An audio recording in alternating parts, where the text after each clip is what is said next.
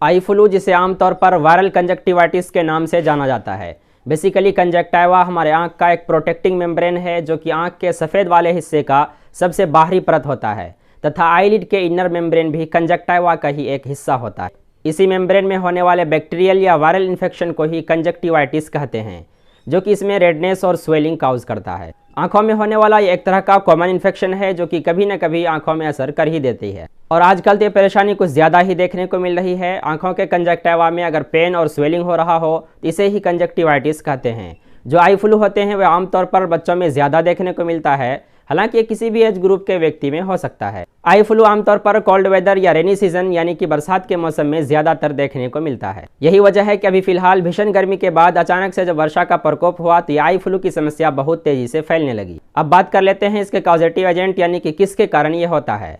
आमतौर पर यह वायरस या बैक्टीरिया दोनों में से किसी एक की वजह से आई फ्लू की समस्या आ सकती है। आमतौर पर यह एडिनो वायरस की वजह से अपर रेस्पिरेटरी ट्रैक्ट इन्फेक्शन तथा कॉमन कोल्ड या गले में खराश या सर्दी जुकाम जैसी आम समस्या पैदा होती है। इसी एडिनो वायरस की वजह से आई फ्लू की समस्या भी पैदा होती है। इसके अलावा स्टेफाइलोकोकस ऑरियस, क्लेमाइडिया तथा हीमोफिलस स्पीसीज के कुछ बैक्टीरिया की वजह से भी आई फ्लू की समस्या पैदा होती है। और जो वायरल कंजक्टिवाइटिस होता है वो बहुत तेजी से एक व्यक्ति से दूसरे व्यक्ति में फैलता है, इसीलिए हाइजीन मेंटेन करना चाहिए तथा कंटामिनेटेड हाथों से अपने आंखों को बार बार टच नहीं करना चाहिए तथा स्वच्छ पानी से आंखों की सफाई दिन में 3 से 5 बार करना चाहिए। और कुछ पर्सनल आइटम जैसे कि टॉवल वगैरह मल्टीपल पर्सन के द्वारा यूज करने से बचाना चाहिए।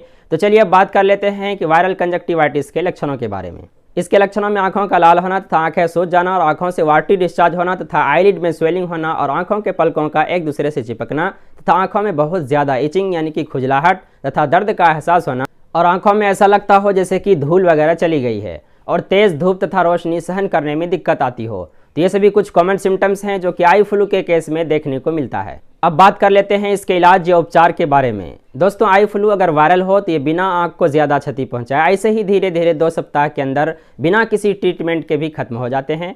लेकिन इसके इचिंग, इरिटेशन तथा स्वेलिंग और रेडनेस को कम करने के लिए यूफ्रेसिया आई ड्रॉप्स या सिनेरिया मारिटामा आई ड्रॉप्स या आइसिन आई ड्रॉप्स जो कि होम्योपैथी में अवेलेबल होते हैं उसका प्रयोग आप कर सकते हैं। इससे काफ़ी राहत मिलता है। और अगर ओरल ड्रॉप्स की बात करें तो एकोनाइट नाम की होम्योपैथिक मेडिसिन का प्रयोग sudden onset of eye flu यानी कि अचानक से आंखों में लालिमा छा जाना, आंखों में सूजन आ जाना या फीवर भी अगर आ गई हो तो इस स्थिति में एकोनाइट को 30 पोटेंसी में 5-5 बूंद दिन में 3 बार इस्तेमाल करने से आपको काफ़ी राहत मिलेगी। इसके अलावा रेडनेस और स्वेलिंग को कम करने के लिए बेलाडोना एक टॉप मोस्ट होम्योपैथिक मेडिसिन मानी जाती है। इसे भी 30 पोटेंसी में 5-5 बूंद दिन में 3 बार इस्तेमाल करने से आपको काफ़ी राहत मिलेगी। इसके अलावा स्वेलिंग को कम करने के लिए एपिस का प्रयोग भी काफ़ी मुफीद होता है। इसका भी 30 पोटेंसी में इस्तेमाल करना चाहिए। इसके अतिरिक्त argentum nitricum, hepar sulphur, Euphrasia, natrum mur और पल्साटिला का प्रयोग भी आई फ्लू के केस में काफ़ी मुफीद साबित होता है। अगर आई फ्लू के होम रेमेडी की बात करें तो पानी को उबालकर उसे थोड़ी देर रख दें और जब थोड़ा ठंडा हो जाए ताकि हमारा आंख उसे बर्दाश्त कर सके तो उस पानी से आंखों की सफाई करनी चाहिए ताकि धूल कण और गंदगी वगैरह साफ हो सके। इसके अलावा पालक और गाजर का जूस भी आंख के इन्फेक्शन को जल्दी से ठीक करने में बहुत ही मददगार साबित होता है। इस जूस को तैयार करने के लिए पालक के 3-4 पत्ती को ग्राइंड करके उसका जूस तैयार किया जाता है। 2 पीस गाजर को पीस कर इसका भी जूस बनाते हैं और इन दोनों को मिक्स कर देते हैं। मिक्स करने के बाद उसका सेवन किया जाता है। इसमें ऐसे विटामिन होते हैं जो कि आंख के इन्फ्लामेशन तथा इन्फेक्शन को ठीक करने में काफी मदद करता है। इसके अलावा आप कच्चे आलू को छीलकर अच्छी तरह से धुलकर पतला पतला स्लाइस बना लें और उसे अपने आंखों पर 10 मिनट तक सोने से पहले रात में रखें और फिर उसे हटा दें और अच्छी तरह से आंखों की सफाई कर लें। इससे फायदा यह होगा कि आलू में जो स्टार्च होता है वो हमारी आंखों के सूजन तथा इन्फेक्शन को कम करने में काफ़ी मददगार साबित होता है। तो दोस्तों, उम्मीद करते हैं कि बाकी वीडियोज़ की तरह ये वीडियो भी इन्फॉर्मेटिव रहा होगा।